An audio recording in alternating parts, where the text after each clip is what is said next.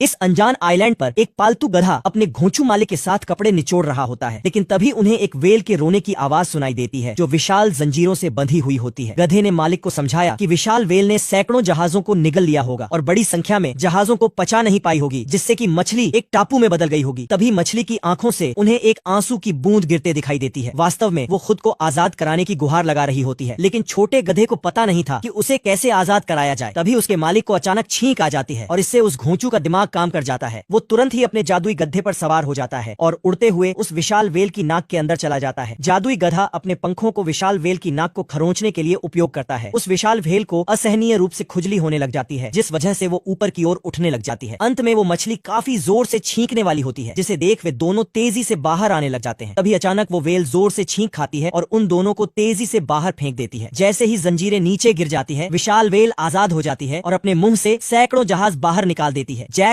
ये आदमी नदी किनारे अपने कपड़े बदल रहा होता है कि तभी दो नेवले उसके कपड़े चुराकर भागने लग जाते हैं। आदमी जल्दी से नेवलों का पीछा करने लग जाता है और मौका देखकर उन पर छलांग लगा देता है, लेकिन नेवले भाग निकलते हैं और आदमी फिर से उन्हें पकड़ने की कोशिश करने लगता है, लेकिन नेवले उसे चारों ओर घुमाने लग जाते हैं कि तभी अचानक उसका पैर फिसल जाता है और वो आदमी पहाड़ी से लुढ़कते हुए जाकर एक दलदल में गिर जाता है। अब उसके पास केवल बैलेंस करने के अलावा कोई विकल्प नहीं होता। वह अपने शरीर के डूबने की गति को धीमा कर देता है कि तभी अचानक शाखा पर उसे वो चोर नजर आते हैं। हताशा में वो उन नेवलों से मदद मांगने लग जाता है, लेकिन उसे उम्मीद नहीं थी कि नेवले चोरी किया हुआ सामान वापस लौटा देंगे। हालांकि डार उनका आभार व्यक्त करता है, लेकिन अपने डूबने की गति को धीमा नहीं कर पाता। दोनों नेवले सहानुभूति से उसे डूबते हुए देख रहे होते हैं कि तभी एक नेवला आगे बढ़ने लगता है। दूसरा नेवला दांतों से शाखा को काटने लग जाता है और शाखाएं धीरे धीरे झुकने लग जाती हैं। डार जल्दी से अपना हाथ ऊपर करता है और नेवले द्वारा झुकाई गई शाखा पकड़ लेता है। पूरी ताकत से वो किनारे पर चढ़ जाता है, लेकिन दलदल में गिरे नेवले पर उसका ध्यान नहीं जाता। नेवला पूरी तरह से डूब चुका होता है। अचानक उसे एहसास होता है कि कुछ गड़बड़ है, तो वह जल्दी से दलदल में अपना हाथ डाल देता है और कीचड़ में से नेवले को बाहर निकाल लेता है।